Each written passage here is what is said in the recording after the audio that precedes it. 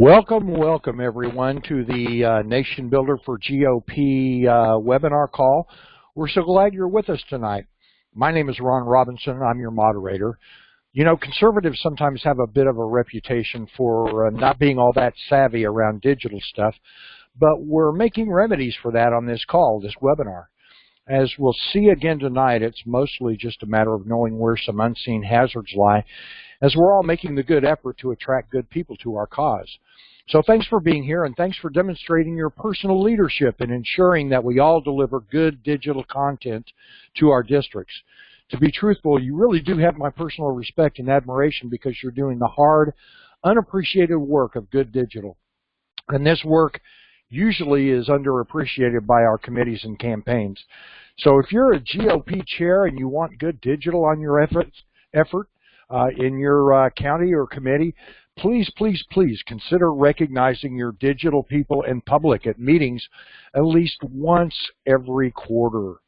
So let's get on to the housekeeping call there, and our housekeeping for the call now and our agenda for tonight. Do want to remind you that on our homepage where we have the call, this is a page that I think a lot of you have seen.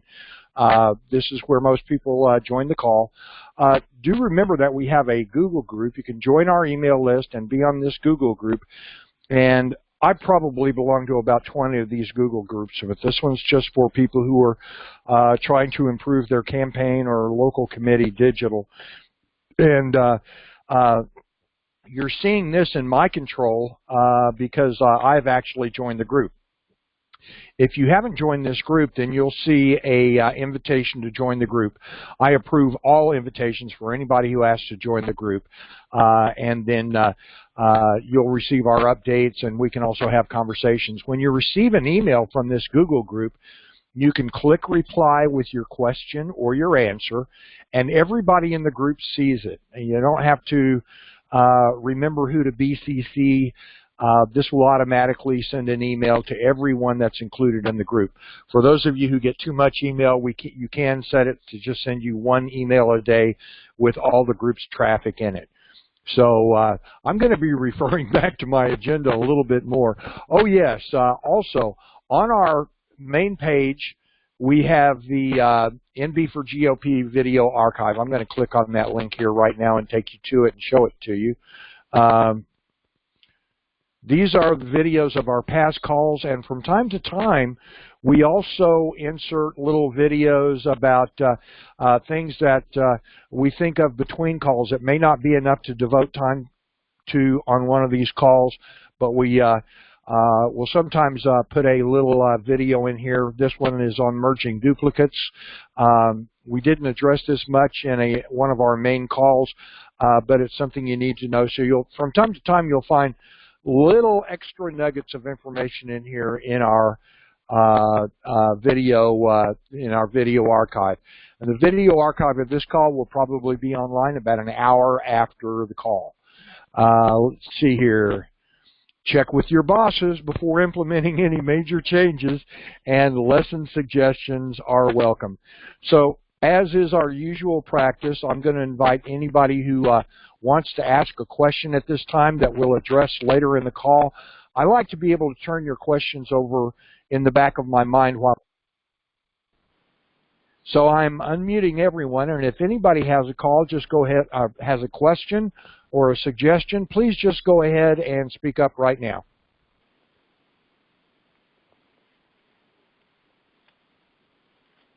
Anybody? Or if you had a victory this week that you want to tell your friends here on the call about, those are welcome too. Okay, I'm not hearing from anybody, so what's on our agenda for tonight is we're going to do a quick review of the digital landing system that you should be putting up on your websites if you're interested in recruiting digital people. And we put most of that into a blog entry. I'll just go ahead and follow this link to that blog entry right now. Hang on. Nope, that's the wrong link. Let me get to it this way.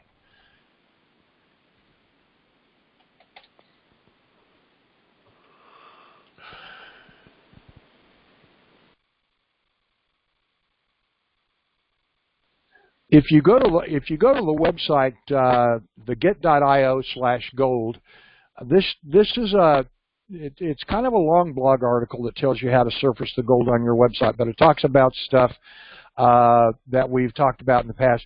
Probably the most important part of the article is this illustration right here, where it shows the 6 pages that you need to have a successful landing surface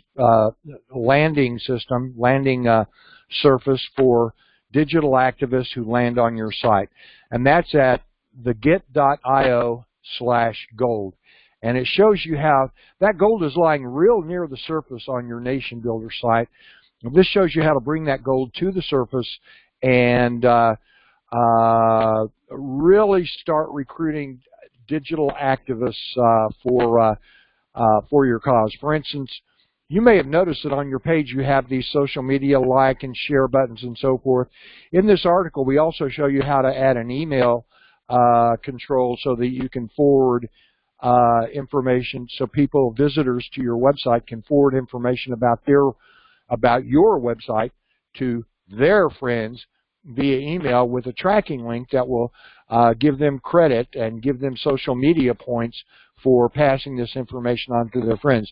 There's quite a bit in here, but it's definitely something worth taking a look at. And if you were present on the previous 2 calls where we talked about making a solid home for digital activists on your site, then this blog entry is going to put the finishing touches on that education from the last 2 webinars. Having handled that, let's go into talking about mass emails. And I'm going to be referring to my agenda a lot because, as you see here, there's quite a bit here that I'm going to have to be sure and touch base on. Let's go back to our opening slides and look at a couple of problem situations that we were looking at. Maybe you saw this just before the call, just before I came on. This is my email reader, and I'm looking at an email in this, and I've blurred out the logo and the actual web addresses. What I want to point out to you here is I'm getting a message here that says this message may be a scam. And this is actually from a congressional campaign. This email that I'm looking at is actually from a congressional campaign. Obviously, we do not want our emails flagged as a scam. Then when I did click the link that was in the email, this pop-up message came up right here that said, Thunderbird thinks this message is a scam. The links in the message may be trying to impersonate websites you want to visit. And it's asking, really, do you really want to follow this link? And of course, I always click yes because I want to go look at what it is. But this is going to scare a lot of people off, and some people are going to click no to this. Let's go to, we will address how to take care of that in just a few minutes. I just want to show you this other message here that clicked a link in another message, and I got this. And this is actually, let me get that back. This is actually not a message from my email reader. This is a message from my browser saying that my connection is not private. And when we get into pasting links in just a minute, we'll address this. But basically, the way to prevent this is to navigate to the site that you're going to link to the web address that you're going to link to, and actually navigate to that page, and then copy and paste the link that you find up here in the top. Once you have the page you're going to solidly displayed in the page, copy this link up here, and that would be the link that you copy into your email. This is a good link. Also, the only way to get, when you get this message, the only way to get actually navigate to the website is to click this link right here, which right here in parentheses, you'll probably have to lean forward to see what I'm talking about. Right here, next to the link, it says it's unsafe. So you've got pretty stern warning not to navigate to this site. And it's definitely an unforced error to it's definitely an unforced error to cause your people to navigate to a page like this. So as we go forward into the lesson, I'll show you specifically how to avoid these rocks and shoals. So let's go in and take a look at our broadcast capability within Nationbuilder. And what I'm going to do is I'm going to navigate to Communications, and I'm going to select the broadcaster that I'm going to use for the email that I'm just about to set up. Now I'm going to go in a little bit, just a couple of minutes here on settings for settings that you have for the email. Let me navigate back there. I'm going into Settings, Email, and I'm double checking my return email address that goes out that goes out as the reply email address to my mass email. Make sure that you can receive email at this, whatever email address you have in here, make sure that you can receive email at this email address. Now another thing I would do is I would go ahead and check off this box that says receive incoming email for this address. And when I save it here, we're going to see a change in the page that's really going to help us. So I'm going to click to save the broadcaster for the change I just made. And then you'll notice that over here on the right, it's telling me if you wish to, you can forward emails for this broadcaster to this email address here in bold, and they will appear in the dashboard. In other words, if I went over to people, if I went to certain people in my people, or if I went to my dashboard and activity, I could see those incoming emails right here in Nationbuilder, and we can answer those emails from right here in Nationbuilder. And that's a lot easier than trying to forward emails and trying to get a team to answer one email address rather than give a bunch of people access to an email box. It's much easier if you just have the emails come into Nationbuilder, and those emails can be recorded right here in Nationbuilder. You can reply to them from within Nationbuilder, and both what they, both the email that they sent to you and the email reply are filed away in Nationbuilder. That's how you build a dossier on the people that you're working with, is having those incoming and outgoing emails available to you right here in Nationbuilder. So we're finished looking at our settings, so let's just click on email here and start a new mass email. I'm going to click right here for a new blast, and let's go back. My last email here has a slug of next one because normally I just send emails out on Thursday with tips about what we're going to be doing this week in our weekly webinar. So I'm going to click New Email Blast, and I'm just going to give this a slug of, the last one was next one. I'm going to give this one a slug of next two, and for a description, I'm just going to put in regular Thursday email, and I'm going to create it, and I'm going to edit my email blast. The next thing it asks for is recipients, and I'm going to skip over this a little bit lightly, but there's several different ways you can select your recipients. The most important thing is that it's either going to go out to supporters or prospects. That's up to you. Sometimes you have, in order to reach the audience you want to reach, especially on a campaign, is you'll have to send two emails, one to supporters and one to prospects. You can over here just select all, but it's still going to be either all supporters or all prospects. There's a lot of GOP counties and campaigns that can simply send to supporters because really they don't have that many prospects. But you'll have to play around with your filters and your lists to see, what your result there is going to be. So I'm going to click Save Recipients. Now, if you have more than one theme, you can click this yellow button, Save and Select Theme. If you have more than one theme and you you want to look at your choices, you can certainly click that button, but most of us just use one theme and we just stick with the one theme. And we'll be looking at themes here again in just a moment. So I'm going to go ahead and start putting in the content for this email.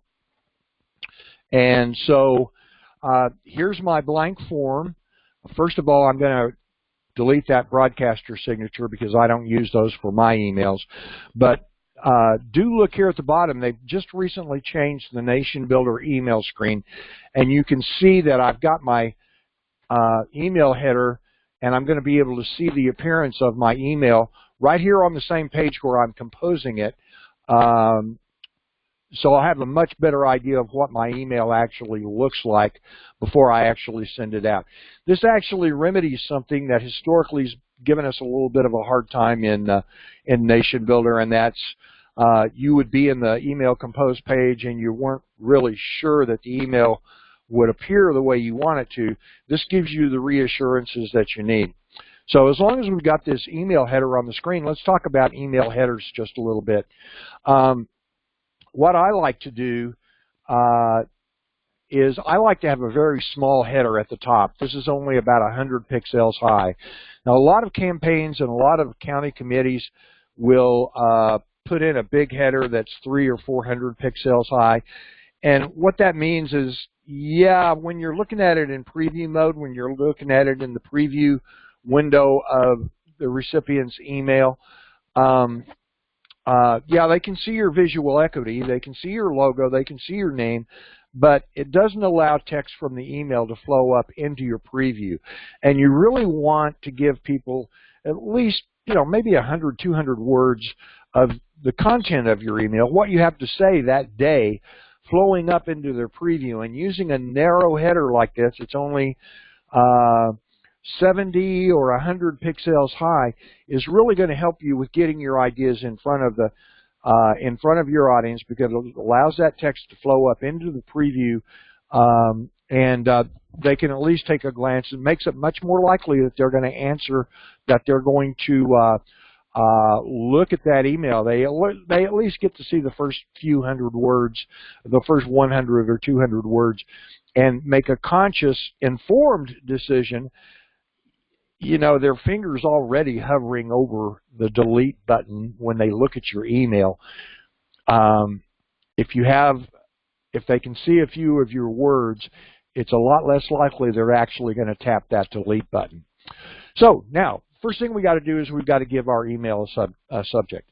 Now, subjects are important because what you say in the subject is part of what's going to get them to open that email. But there's some things we have to be careful about. We don't want to furnish content that's going to land us in the spam folder, so we have to be careful there. Okay, so the two main rules we want to follow in a subject are: we want to keep the subject under 40 characters, and we want to avoid putting exclamation points in our subject. Exclamation points, it's so tempting to put them in there, but it's also so certain it's going to land that email in the spam folder. So don't use exclamation points in your subject.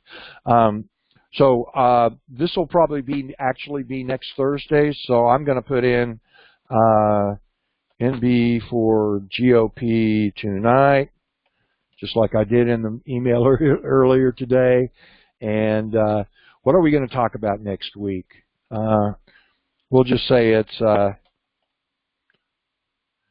I'll make it funny, emails for clicks.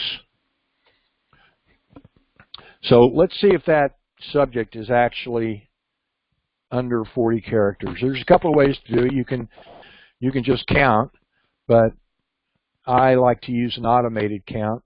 So I'm going to pull my text editor over here and paste that subject in. And golly, there's 40 characters over here. I don't know if you can see that on the screen, but we're actually under 30 characters with this subject. So we're good on the subject. We didn't put a exclamation point in there. And I know it sounds like being real persnickety on details, and I guess it is, but you know, these email servers are run by really, really powerful computers, and they can do a lot of checks on an email before they decide to put it in their customer's inbox. And so if you follow the rules, you'll find you're getting more opens and more clicks if you follow the rules on subject. So now let's talk about some stuff that I'm going to show you a couple of things that we want to avoid. Let's say that I'm wanting to send a link to this Surfacing the Gold blog entry that I have here that I was showing you a little bit later.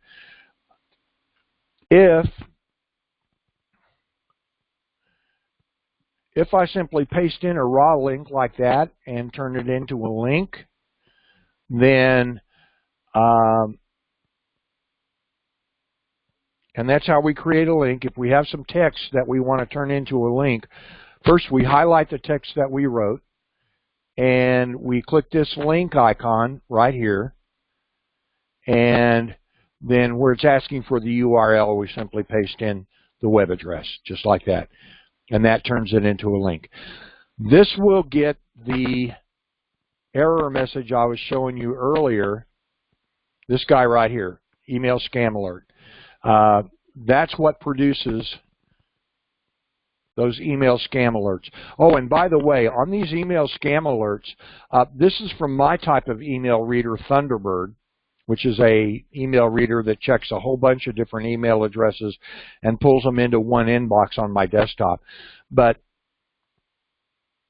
service providers like Yahoo and AOL and Cox all produce similar alerts if they think your email is a scam.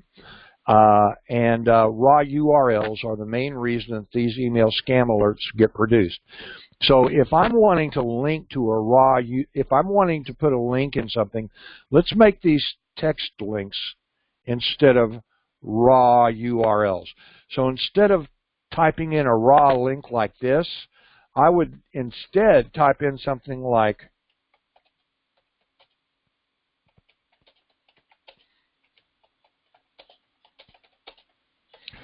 so I'm going to make the link got to get my spelling good here. I'm going to make the link instead a text link, which means I'm actually communicating with my customers instead of presenting their eyes with something unreadable. And then I highlight the text. Let me cancel that and show you again. First, I highlight the text that I'm going to turn into a link, and then I click the link button right there and paste in the web address.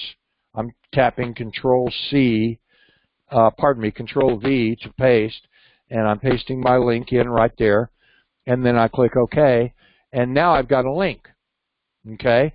Now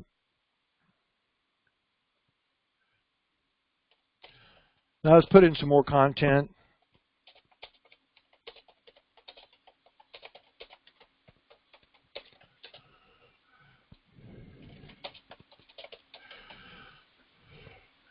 And correct the spelling.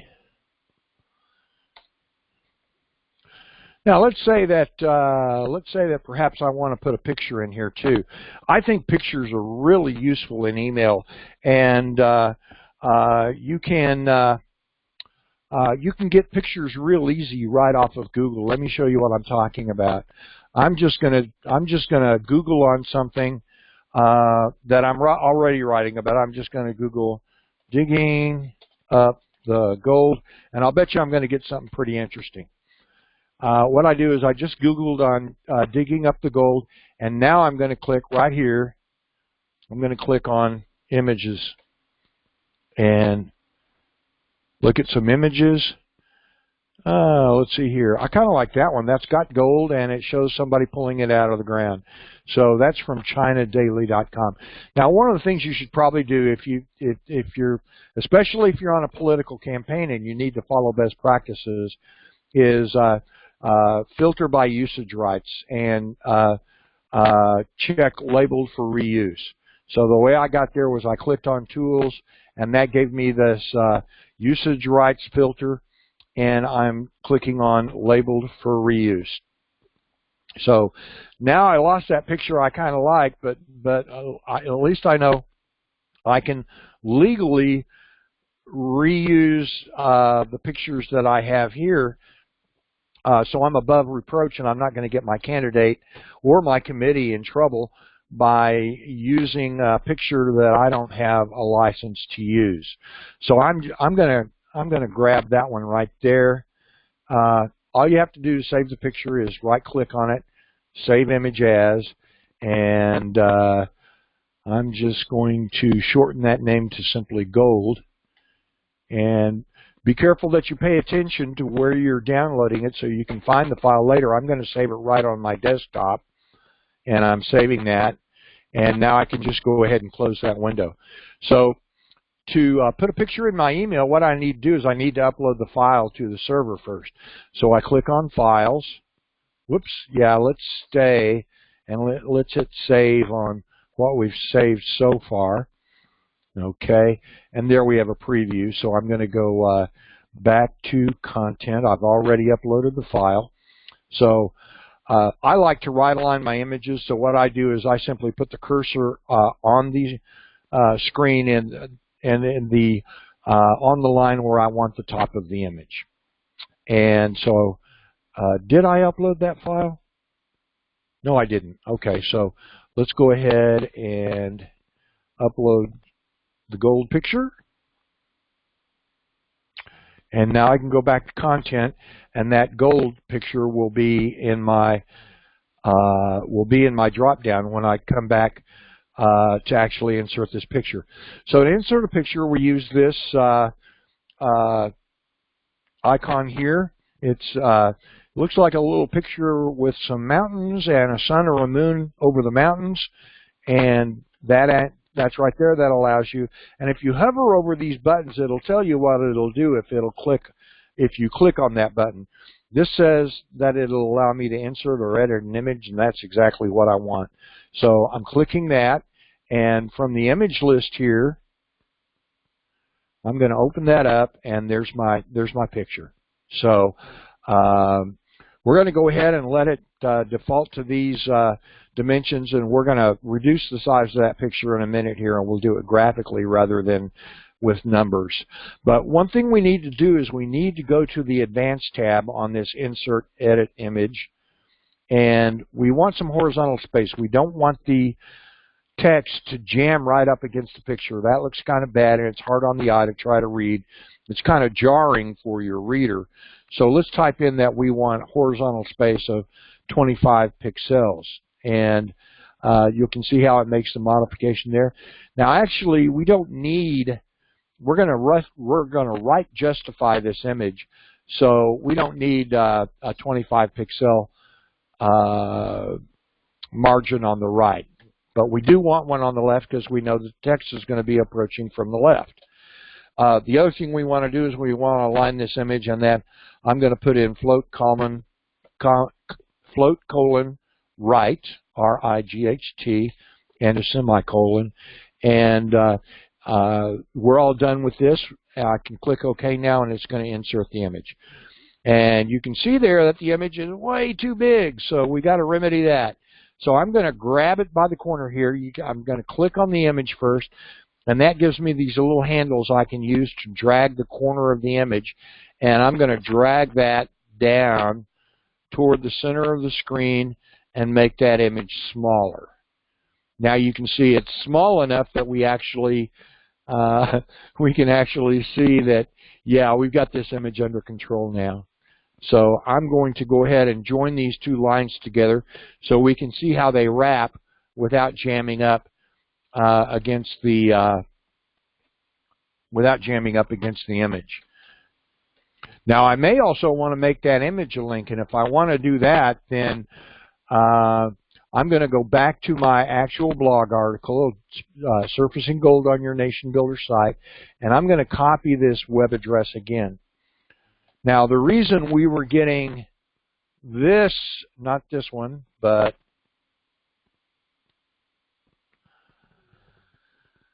the reason we were getting this message when somebody clicked on our email to come to the website is for this reason right here I'm going to show you. I've clicked on the image to select the image, and I'm going to click my link icon right there. It's giving me a tooltip there of insert edit link. So I'm going to click on that, and now somebody, if you happen to type in HTTPS on a page that is not actually secure, you're going to get this message right here. Your connection is not private, okay? So if you're going to use HTTPS, that's for a secure page, be sure that you can actually navigate to that in a secure fashion. I'm going to go ahead and take the S out because we don't need to, there's no form on that page. We don't need to go to it in secure mode. And I'm going to click OK. And now when we have our picture selected, you can see that our link button is gray and our align is right. That's from the float right that I did. And our link is gray, so we know we have visual confirmation here that we have put the link on this image that we want. So now it's just time to finish out the email and say, make our closing remarks.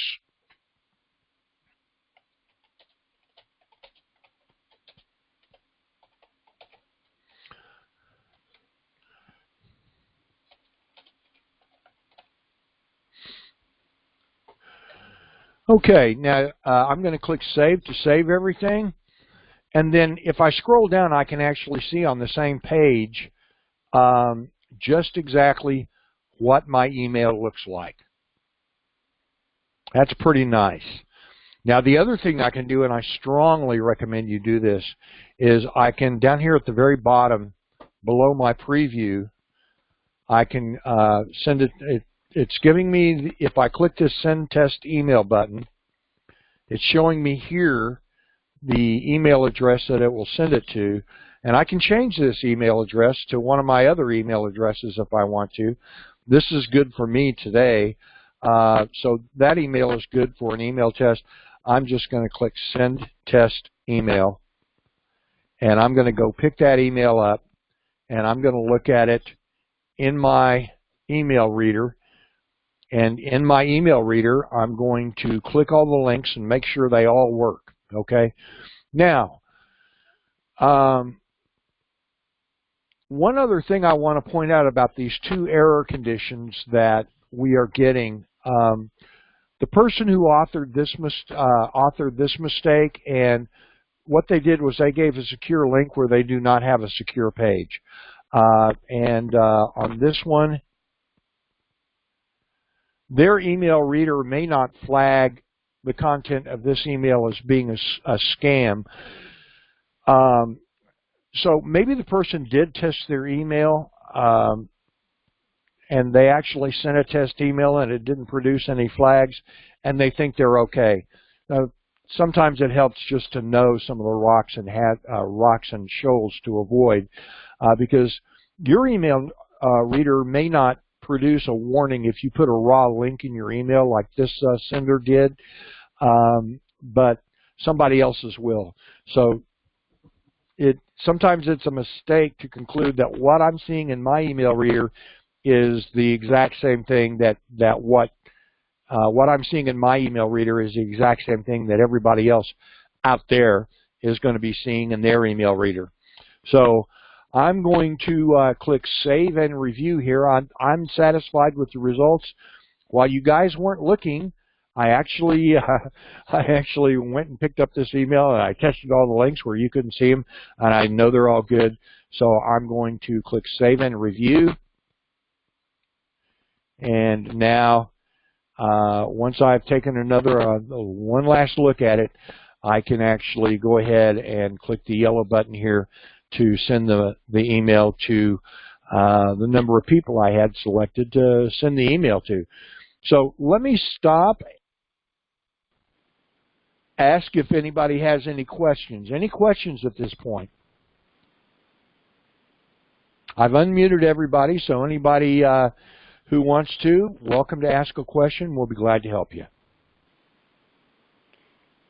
Hey, Ron? Yes. It's Judy. Yes. Hey, will this actually show up mostly in update files, like under Gmail, update or promotional or the regular emails? There's a very good chance it could show up under promotional. By the way, that's a very good question, Judy. If you go to my YouTube channel, you'll find that I've done a lot of tutorial videos, and I actually have one video in there in that mix somewhere. I think it's probably 5 years old, that shows you how to go into your Gmail account and turn off the, what is it, promotional and social and social, promotional, and updates. And updates, or travel. Travel's the new one.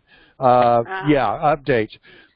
You can turn those off and just make everything that would have gone into those folders go into your main inbox. And so a lot of people do that. Some people add other folders that Gmail didn't provide when they first set up their Gmail address. So I would expect that a lot of times you're going to land in that promotional folder. So some of the things that I told you about here are designed to keep your email going into the main inbox instead of into the promotional folder. Things like, let me switch back to the content here. Like the 40 characters and no exclamation point? You got it, the 40 characters and no exclamation point. And actually on this email, I would actually put in some more text because I've got an image in this email, and services like Gmail and AOL and Yahoo will actually look at your text. Your text is over here. Your text, I'm trying to highlight it here. They look at your text to image ratio. And if you've got too much big image and not enough text, then that could get you put in the promotional folder. And they won't see your email until 3 months later when they finally, oh, I wonder what's in that promotional folder. So with this small amount of text, I would make that image pretty small. Yeah. Pardon me. The real solution is to add more text in this case. Now the other thing we want to do is 1 or 2 links is good in an email. You'll probably notice if you look back at some of my emails in the past, I'm usually talking about trying to get you to training tonight, and so I usually put a minimum of 2 links to our training, and sometimes 3, but never more than 3 links to the same resource. But if you're going overboard and you're putting 10 or 12 or 13 links in an email, that will get too many links will get you put in the promotional folder or in the spam folder. If you put links in your email and a lot of Constant Contact and MailChimp, Constant Contact and MailChimp and iContact templates, put these in for you automatically. If you have a lot of links to like your Facebook page or share us on Facebook or your Twitter feed or share about us on Twitter, if you have a bunch of links like that in your email, you're going into the spam folder or the promotional folder really fast. So there was a time 8 years ago I used to put those in the emails. I won't do that anymore. And the worst part of link? Donate link is always fine, but I would be a little bit circumspect about it. You may you remember what Richard was telling me about. He couldn't find it in the regular email, so I'm thinking of putting it at the top on the right side. Or maybe yeah, what I would do is I would take a create snippet of the donate button. I would create, yeah, well, like I said, these email servers are really powerful and they can do a lot of checks. They can run a lot of code and they can do a lot of checks. They always do a word count, I can tell you that, especially Gmail. You know, they're reading your entire email to see what advertising to give you over there on the right-hand side of your screen.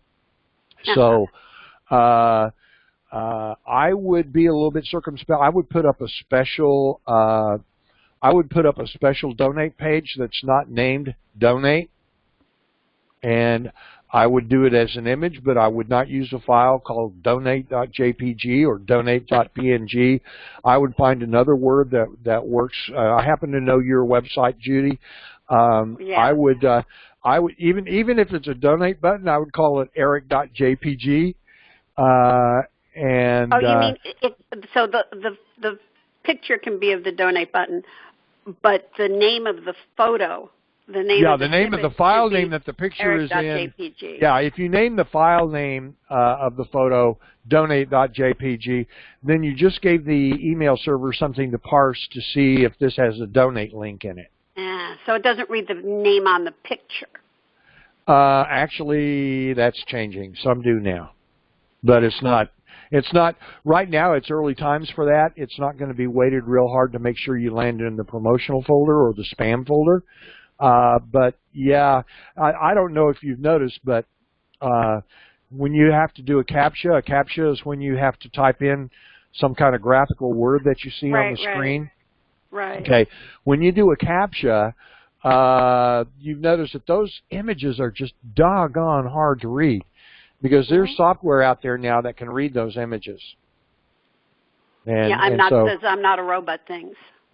Yeah, exactly. So there's software out there that can read what's on that image, and they can fill in the I'm not a robot and I'm a real human being. Whoa. And they can fill those things in. That's why those images are getting harder and harder. When I have to do those, I have to click new image about 6 times. Yeah, I have to click new image about 6 times before I can get something I can actually read from end to end, you know, because I fail those checks so many times. And I've got good eyes, but it just, my pattern recognition, I guess, is a little bit bad. So did I answer your question, Judy? Yeah, maybe we can just separately explore how to get it in there so that it's there, because we get a lot of donations off of that.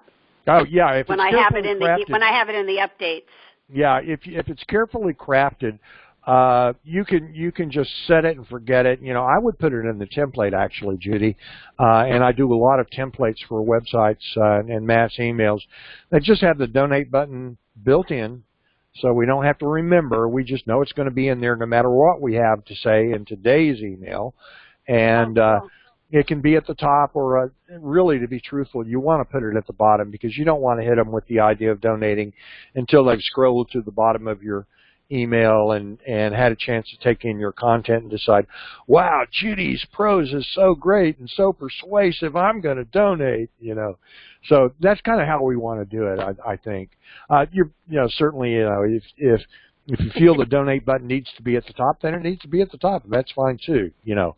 But well, we can talk about that separately. So if it's built into the template, does it tend to not get parsed out as much?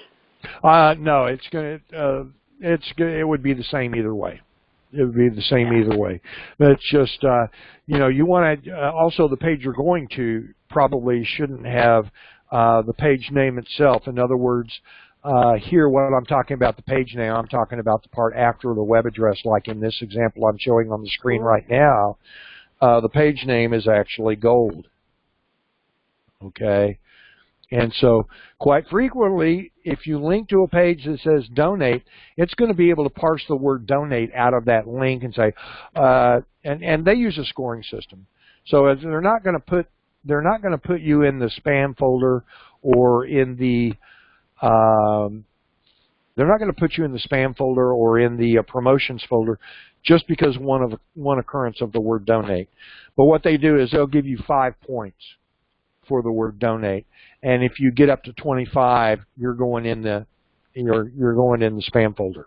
Okay, so there's other things that they score against that we just can't help in a mass email.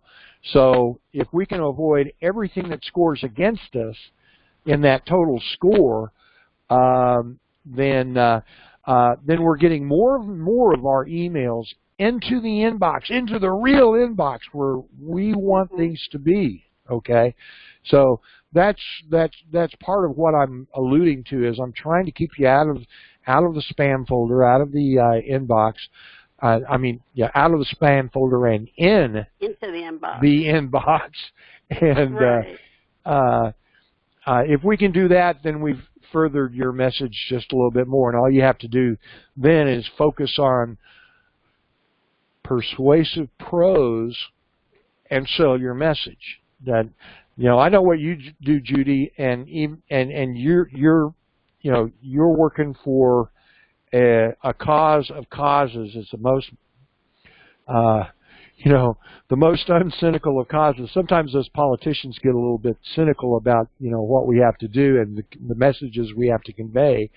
And but you're working for a real cause, Judy. Right. But you still have to be cynical in crafting your email, just to make sure that you're not going to land in that spam folder. And that, to be truthful, I know that is such hard work. You've got to think of you remember this? Everything, everything, everything? Mm-hmm. It's really true in digital. It's really true. I get it. This is. Yeah. Is this true in regular emails too, or just with these email blasts? Regular emails, not so much. But there's a lot of other factors that go on behind the scenes that make it real easy to identify a promotional email. And these are promotional emails. There's no question about that. They're coming from, first of all, when you send a message through Nationbuilder or through Nationbuilder or through SendGrid or through Constant Contact, iContact, MailChimp, any of those, the email receiving servers, the email servers, they know the IP addresses of all those mass emails senders, okay? And you can't spoof an IP address and get your email delivered. So it's a very forensic thing. You can't spoof the email address that your email is coming from. So just based on the IP address that you're sending from, they know you're a promotional email. It's unassailable. Right. It's a fact, And the thing is if we play and we don't want these spam wars to go on forever. I'm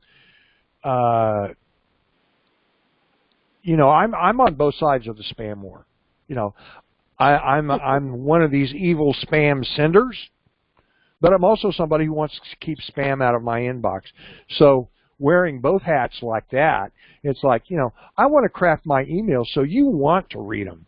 I try to make them really informative, keep the junky looking and sounding stuff out, work carefully on my prose so my prose is helpful to you and you want to read my emails. And, by doing that, we make the world a little bit better place. And the next battle in the email wars, we're not too concerned who the winners and losers are. It's like, okay, yeah, you're furnishing me with content I really want to read. So there's that, So I hope I'm helping you with that. No, absolutely. This is all very informative. Okay. Let's see, how much time do we have left? Oh, we've only got 12 minutes left. Let me think. Let me check my agenda and see if I got everything here. Test your links and copy directly from your test. Proper text and image links, got that. Embedding pics, right-align pics, yep, and it did that. Embedding videos. Oh, yeah, let me go a little bit into embedding a video. Okay, so embedding videos and getting people out the door with maps and RSVPs for events. I got a really good email today that I think the campaign manager is actually going to get people out the door. But he didn't make he wasn't taking RSVPs on his website, and he didn't furnish a map to the location of the event. And that's a really good thing to do. So it's not that hard to simply do a screen grab of a map and show that as a way to get to the event that you're having. Also, rather than just send an email about an event and give the address in the email, you want to do that anyway, but the address should also be a link to a map. One of the ways that you could measure the number of people that you're actually getting out the door, this isn't quite as important for you, Judy, but it is on a lot of the political campaigns where we're very concerned with getting people out the door, is put an event on your website first and set the event to where you can accept RSVPs or even ticket sales. Most of the time, I think it's probably just going to be a free RSVP. And in your mass email, put an RSVP now link into your email and let people come click that RSVP.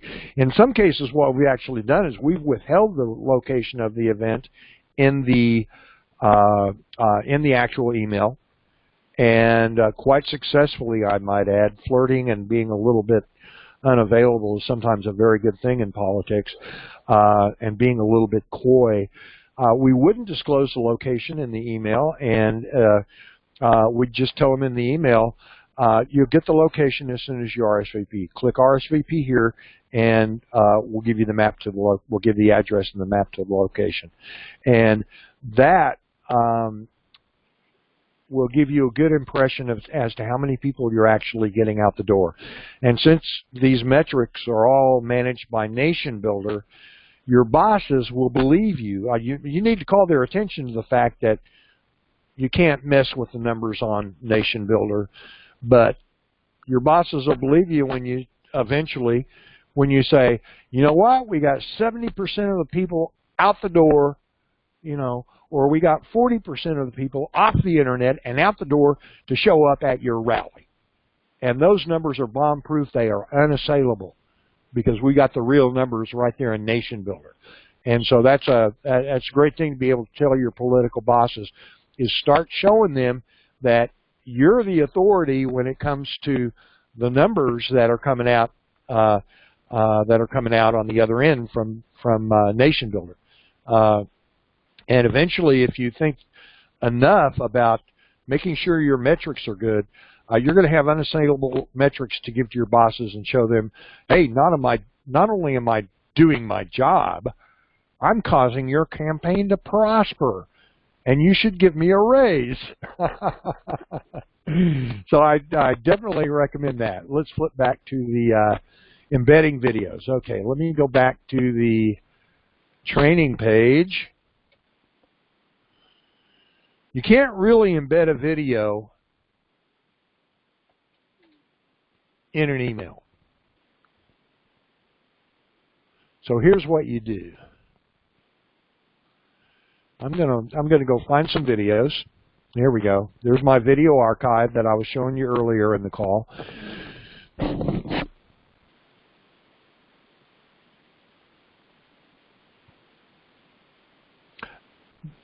So here's an example of a video. Now I probably want to pick something a little more exciting than this. Maybe there you go.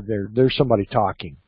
What I want to do is I want to do a screen grab. So I'm gonna pull up my screen grab software. I'm gonna put it in the screen so you can see what I'm doing here. I'm gonna click Select Area to Grab, and I'm gonna take my screenshot right here, just like that. Is it like a snippet? Yeah, exactly. Yeah, you're talking about a Mac. And so there we go. I took my screenshot. I'm going to save it to a file. I'm just going to call it vidshot. Okay, so I save that. So it looks like it's a video that's ready to play. Okay, so what I'll do next is I'll go ahead and add this into this email so we have a real example here. And hang on here. So I'm going to upload another file. And there's my vidshot.jpg. And there it's uploaded, so I'm going to go back to the content. I'm going to go ahead and delete this picture. And what I did was I just highlighted the picture and I tapped the delete key. And you know what? I want to undo that. I'm going to click undo. There we go. There's that undo icon there. And so I clicked undo and I undid that. And when you're doing a video in an email, you want that video to take up the whole page, so to speak. So I'm going to insert that video image right here. And now you see that it looks like I've embedded a video, or what I've actually done is just embedded a picture of a video screen in there. And then what I do is, this is on the it's the third video down on the page, so maybe I ought to just link to this at YouTube. So I can do that. I can go ahead and play this video, click YouTube, and click share, and get the web address of that video right there. My name is Ron Robinson. Sorry about that. And so we'll just go ahead and link this video directly to YouTube. I kind of hate to do that. I really prefer, if I was really doing this out of it? Pardon? Do you take no, in this case, it actually, it is actually a secure page. What happened on that other one was they had said use HTTPS, but the page wasn't at a secure address. Mm-hmm. And so it was kind of a silly mistake. It was actually extra work to make that mistake, but sometimes people do make that mistake. If you can copy it from a browser like this, then it's good to link to it. Mm-hmm. Okay? So I just, in our mass email, I just linked to this video. Now what I would do if this is a real campaign or a county committee is I would create a new page on the website, and I would put this video alone on the website, and then I would link to this page, to that page on the website. I want to bring people to my own website as much as possible, and I want them, after they view my video, I want them to look across the top, look down the left or the right sides, and I want them to follow other links to other pages on my website. That won't happen if I link it to Nationbuilder like I just did. But in this case, you know, I think everybody on the call knows that I can link this image to any web page, web address that I want to. In this case, I linked it to YouTube, but it's worth the extra work to, if you have a multi-video page and you're trying to link to the third video down on the page, you could also put an anchor in the page and link to the anchor in the page where the page is adjusted to the correct video, but that's getting pretty technical. So what I would do is just make a new page that has just the one video on it and link to the page on my own website. But we don't need to worry about that too much tonight. So now we'll see when I select the picture. I do have this picture linked. I can see here that my link icon has gone gray, so I don't need to click this link and see if I've got a web address in there. I do, but I don't need to do that because I can see that that has turned gray. Now the other thing I can do is earlier, let me take the float right out of this image right here. Earlier I just typed in float right there. I'm going to take that out, and I'm going to let that image go where it wants to. Did I get that out? Nope, I didn't. Okay. Okay. The other way to get your image to right align is to use that guy right there. And I would put the images on the right because I think your text is probably the most important part of the content, and the eye looking for text is going to go to the left. And we all know that text, readable text is supposed to justify to the left. So I would keep in mass emails, I would keep my text on the left where the eye naturally goes to seek the beginning of the text, and keep my pictures on the right. Unless it's a video, which has to be a big image, because if you make this a little video image like that, then it doesn't look like a real YouTube link. It doesn't look like a real YouTube video. It looks like a little picture of one. So you need to make that big enough to fool people into thinking, how the heck did they embed that video in an email? You can't play videos in an email.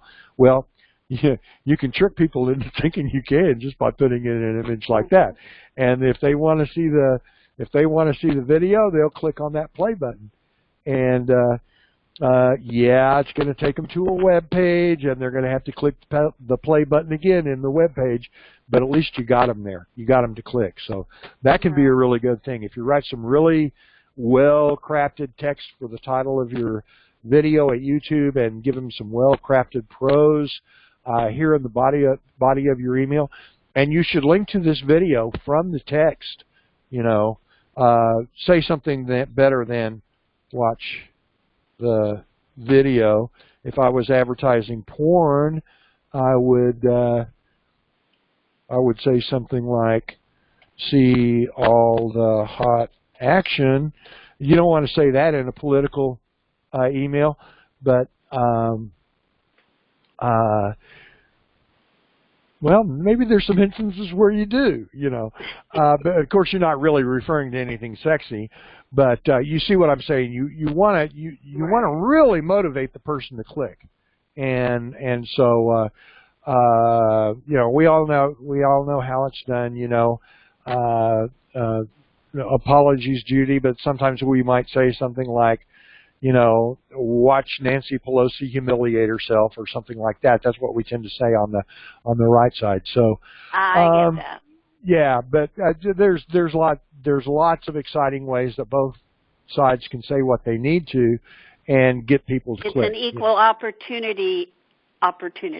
Yeah, exactly. It really is. So and then instead of attachments like a regular email, you would just put it into into a file and then have it click to a link to the file. Like read my blog. Do not do attachments to a mass email. Matter of fact, Nationbuilder doesn't give you any way to send an attachment. Right. So I like if I was doing like my data doc, then what I would do is I would put it in the content in the file. I would put it on the website and link to the website and get a click. Right. Okay. And I mean, it's okay if you do a screenshot of the part of the document that you think is really relevant. If there's some catchy text in there, then I would consider doing a screenshot of the document that, says something like, Trump versus FBI, or something like that in the document, and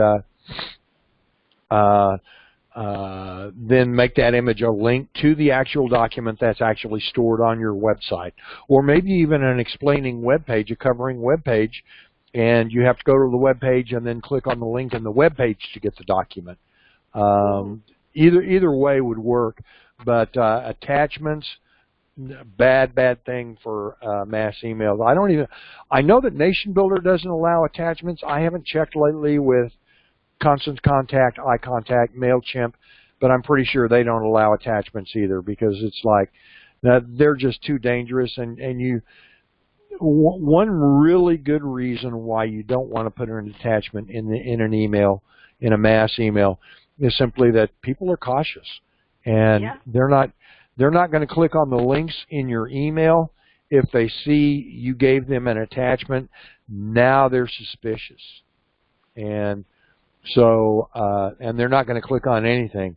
I got an email from somebody earlier today who got a perfectly legitimate work email from their Nationbuilder site, and they said, I don't know about this. I'm gonna wait and ask you, and I promise you I didn't click this.